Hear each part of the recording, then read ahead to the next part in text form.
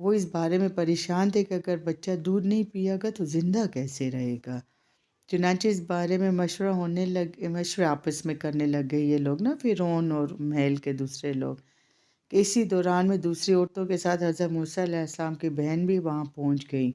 کہنے لگی میں بتاتی ہوں یہاں ایک گھر والے ایسے ہیں جو اس بچے کی پرورش کر سکتے ہیں، وہ اس کی بہت اچھی طرح سے دیکھ بھال کریں گے۔ تو اس طرح سے ہم نے حضرت موسیٰ علیہ السلام کو ان کی والدہ کے پاس واپس پہنچا دیا اور ان کا کلیجہ ٹھنڈا ہو گیا، تاکہ انہیں کوئی فکر نہ رہے اور یہ بھی یقین ہو جائے کہ اللہ تعالیٰ نے ان سے سچا وعدہ فرمایا تھا۔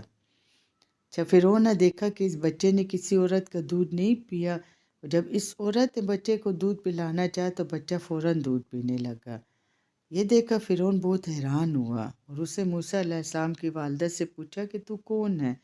تیرا دودھ بچہ کس طرح پینے لگ گیا ہے؟ موسیٰ علیہ السلام نے فرمایا میں ایک پاکیزہ و پاک دامن عورت ہوں، میرا دودھ پاک ہے جسے ہر بچہ خوشی سے پی لیتا ہے۔ یہ سن کر فرعون نے بچہ موسیٰ کے حوالے کر دیا۔ تو رات میں ہے کہ جب حضرت موسیٰ علیہ السلام کی والدہ نے ان کا دودھ چھڑایا تو انہوں نے آپ علیہ السلام کو فرعون کی بیٹی کے سپرد کر دیا۔ اس کے بعد آپ عرصہ تک شاہی محلات میں پرورش پاتے رہے اور آپ کی اچھے طریقے سے تربیت ہوتی رہی۔ البتہ تورات میں فرعون کی بیٹی کے حوالے کرنا بات کی تعریف ہے۔ حضرت موسیٰ علیہ السلام کو فرعون کی بیوی نے پالا تھا، جیسے کہ قرآن کریم میں مذکور ہے۔ اچھا، اس کے بعد جب آپ اپنے زور کو پہنچے اور سنبھالا لیا تو آپ نے آپ کو قوت فیصلہ علم بخشا، تو ہم نے آپ کو قوت فیصلہ و علم بخشا، اور ہم اسی طرح سے نیکاروں کو بدلہ دیا کرتے ہیں۔ تو لہٰذا حضرت موسیٰ علیہ السلام شہر میں چل پھر کر اپنی قوم کے حالات کا مشاہدہ کرتے رہتے اور کبھی کبھی بنی اسرائیل کی مدد بھی کر دیا کرتے۔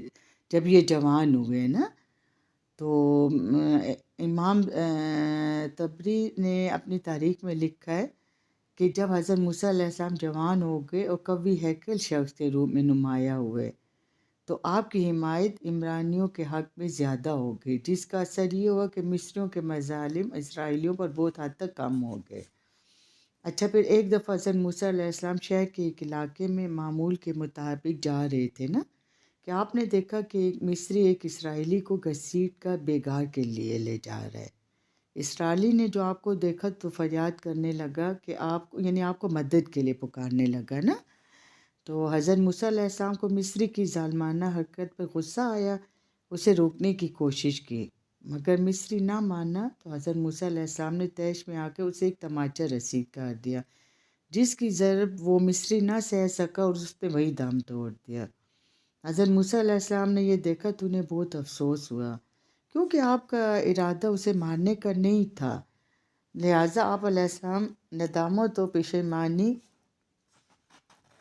ان کے دل میں گھر کر گئی نا، اور وہ کہنے لگے یقیناً یہ شیطان کا کام ہے، وہی انسان کو ایسے غلط کام پر ابھارتا ہے، اور بارگاہ الہی میں عرض کرنے لگے یہ جو کچھ ہوا بلا ارادہ ہوا، میں تجھ سے معافی کا طلبگار ہوں۔ خدا تعالیٰ نے بھی آپ کی اس غلطی کو معاف فرما دیا، معافرت کی بشارت دی۔ ادھر شہر میں اس مصری کے قتل کی خبر مشہور ہو گئی، مگر قاتل کا کچھ پتہ نہ چلا۔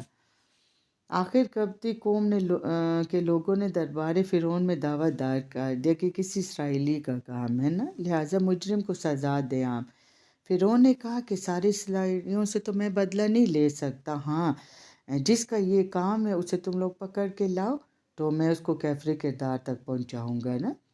تو یہ معاملہ دیکھ کر حضرت موسیٰ علیہ السلام کو بہت ناگوار گزرا کہ ایک طرف قبطی کا ظلم و ستم، دوسری طرف اسرائیلی کا شور۔ یہ اب دوسرا واقعہ میں آپ کو بتا رہی ہوں نا کہ اتفاق سے پھر دوسرے دن حضرت موسیٰ علیہ السلام اسی طرح شہر کے کسی حصے سے گزر رہے تھے کہ وہی اسرائیلی جو میں نے پہلے بتایا نا جس کی وجہ سے ان سے ہاتھ اٹھایا تو ایک بندہ مار گیا تھا نا، تو وہی پھر شور کر رہا تھا۔ تو حضرت موسیٰ علیہ السلام کو یہ گراں گزرا کہ یہ پھر شور کر رہا ہے۔ اسی جنجلاٹ میں آپ علیہ السلام نے ایک طرف تو مصری کو روکا، دوسری جانب اسرائیلی کو جھڑکتے ہوئے فرمایا یقیناً تو ہی بدراں معلوم ہوتا ہے، خواہ مخواہ جھگڑا مول لے کر فریاد کرنے لگتا ہے۔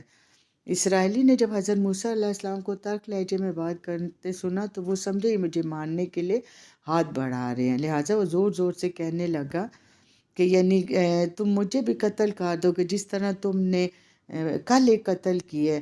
تو مصری نے جب یہ بات سنی تو اس نے سارے فرعونیوں کو سب کو بتا دیا کہ اس طرح حضرت موسیٰ علیہ السلام نے کل وہ ان سے بندہ مارا تھا نا۔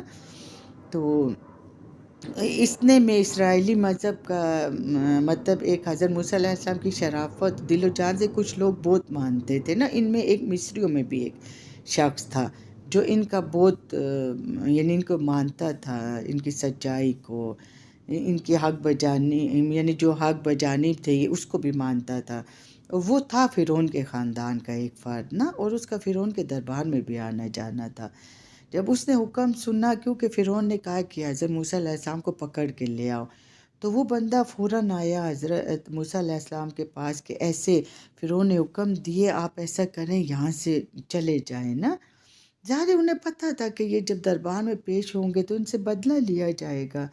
حضرت موسیٰ علیہ السلام نے مدین کی طرف، مدین میں حضرت موسیٰ علیہ السلام کے رشتہ دار تھے نا، تو آپ علیہ السلام کو ان سے مدد کی امید تھی، چنانچہ یہ مدین کی طرف روانہ ہو گئے۔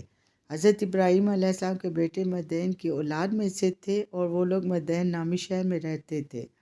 حضرت موسیٰ علیہ السلام بھی انہی کے اولاد میں سے تھے، لہٰذا آپ انہی کے پاس چلے گئے، اور مصر سے مدین تک 8 دن کا سفر تھا۔ اچھا، جب حضرت موسیٰ علیہ السلام شاید کے بعد مدین کے کنویں پر پہنچے تو آپ نے دیکھا کہ کنویں پر لوگوں کی بھیڑ لگی ہوئی ہے اور اپنے اپنے جانوروں کو پانی پلا رہے ہیں۔ پھر آپ نے دیکھا کہ 2 لڑکیاں اپنی بکریوں کو لا کے کنویں کے ایک طرف کھڑی ہیں نا، تو حضرت موسیٰ علیہ السلام نے ان سے پوچھا کہ تمہارا کیا معاملہ ہے، تم الگ کیوں کھڑی ہو، بکریوں کو پانی کیوں نہیں پلاتی؟ انہوں نے جواب دیا، ہم اس وقت اپنے ریوڑ کو پانی نہیں پلا سکتی جب تک دوسرے چراوے اپنے ریوڑوں کو پانی پلا کر نہ چلے جائے، یہ ہماری مجبوری ہے کیونکہ ہمارے والد محترم بہت بوڑھے ہیں اور وہ خود جانوروں کو پانی پلانے نہیں آ سکتے، ہم تو کمزور لڑکے ہیں۔ یہ سن کر حضرت موسیٰ علیہ السلام آگے بڑھے، دوسروں کو ہٹایا اور بکریوں کو پانی پلا دیا نا۔ یہ پانی آپ نے ایک دوسرے کنویں سے بھاری پتھر اٹھا کر پلایا تھا جسے 10 آدمی مل کر ہی اٹھا سکتے تھے، آپ اکیلے نے وہ پتھر اٹھایا، چنانچہ پانی پلا دیا۔ اس کے بعد حضرت موسیٰ علیہ السلام فرعون کے خوف سے وہاں سے بھاگ کر، یہ تو مدین آئے تھے نا، اس لیے ان کے ہمراہ نہ کوئی رفیق تھا، نہ رہنما، نہ زاد راہ، یہ بغیر چپلوں کے اس کے ننگے پاؤں آئے تھے نا، تو اتنے لمبے سفر میں ان کے پیروں کی کھال تک ادھڑ گئی تھی، تو درختوں کے پتے کھا کھا کے انہوں نے گزارا کیا تھا۔ تو اس کے بجائے وہ لڑکیوں نے ان کے گلے نے پانی پی لیا تو وہ گھر واپس چلی گئی۔ جب ان کے والد نے دیکھا تو کہ خلاف معمول یہ تو آج جل گھر آ گئی ہیں، تو انہیں بہت تعجب ہوا۔ جب انہوں نے دریافت کیا تو لڑکیوں نے سارا واقعہ کہہ سنایا کہ کس طرح ایک مصری مسافر نے ان کی مدد کی ہے، تو لوگوں ان سے پہلے ہمارے مویشیوں کو پانی پلائے ہے۔ یہ باتیں ہو ہی رہی تھی، ادھر حضرت موسیٰ علیہ السلام بارگاہ الہی میں گڑ گڑا کر دعا کر رہے تھے۔ تو اتنے میں ان کے باپ نے کہا کہ جاؤ اس مسافر کو لے آؤ نا، تو میں باپ کا حکم سن کے ایک لڑکی تیزی سے وہاں کنویں پر حضرت موسیٰ علیہ السلام کے پاس پہنچی، شرم و حیا سے نگاہیں نیچی کیے ہوئے کہنے لگی، آپ ہمارے گھر چلیں، ہمارے والد صاحب بلا رہے ہیں، آپ کو اس احسان کا بدلہ دینا چاہتے ہیں۔ تو آپ نے سوچا کہ یہ امید کی ایک کرن ہے، انہوں نے اس کے ساتھ جانا ہی بہتر سمجھا۔ تو انہوں نے کہا اللہ کریم نے میری دعا سن لی ہے اور بلاوا اسی کا نتیجہ ہے، لہٰذا حضرت موسیٰ علیہ السلام اٹھ کھڑے ہوئے اور لڑکی کو ہدایت دی کہ میرے پیچھے پیچھے آؤ نا، خود آگے آگے چلنے لگے، لڑکی ان کو پیچھے سے راستہ بتا رہی تھی اور یہ چلتے جا رہے تھے نا۔ حضرت موسیٰ علیہ السلام چلتے چلتے منزل مقصود پر پہنچے، بزرگ صورت بزرگ سے ان کی ملاقات ہوئی جو ان کے والد تھے نا۔ ان بزرگ نے پہلے کھانا کھلایا، پھر تسلی سے بٹھایا، ان کے حالات معلوم کیے۔ حضرت موسیٰ علیہ السلام نے اپنی ولادت سے شاہی محلات تک اور فرعون بنی اسرائیل پر مظالم یعنی تمام حالات انہیں بتا دیے۔ یہ سب سننے کے بعد بزرگ نے آپ کو تسلی دے فرمایا، خدا کا شکر کرو کہ اب تم ظالموں کے پنجے سے نکل آئے ہو، اب کوئی فکر کی بات نہیں۔ اور یہ بزرگ اللہ تعالیٰ کے جلیل القدر پیغمبر حضرت شعیب علیہ السلام تھے۔ ویڈیو لمبی ہو گئی ہے، میرا خیال میں باقی میں دوسرے حصے میں بتاؤں، ٹھیک ہے؟ اللہ حافظ.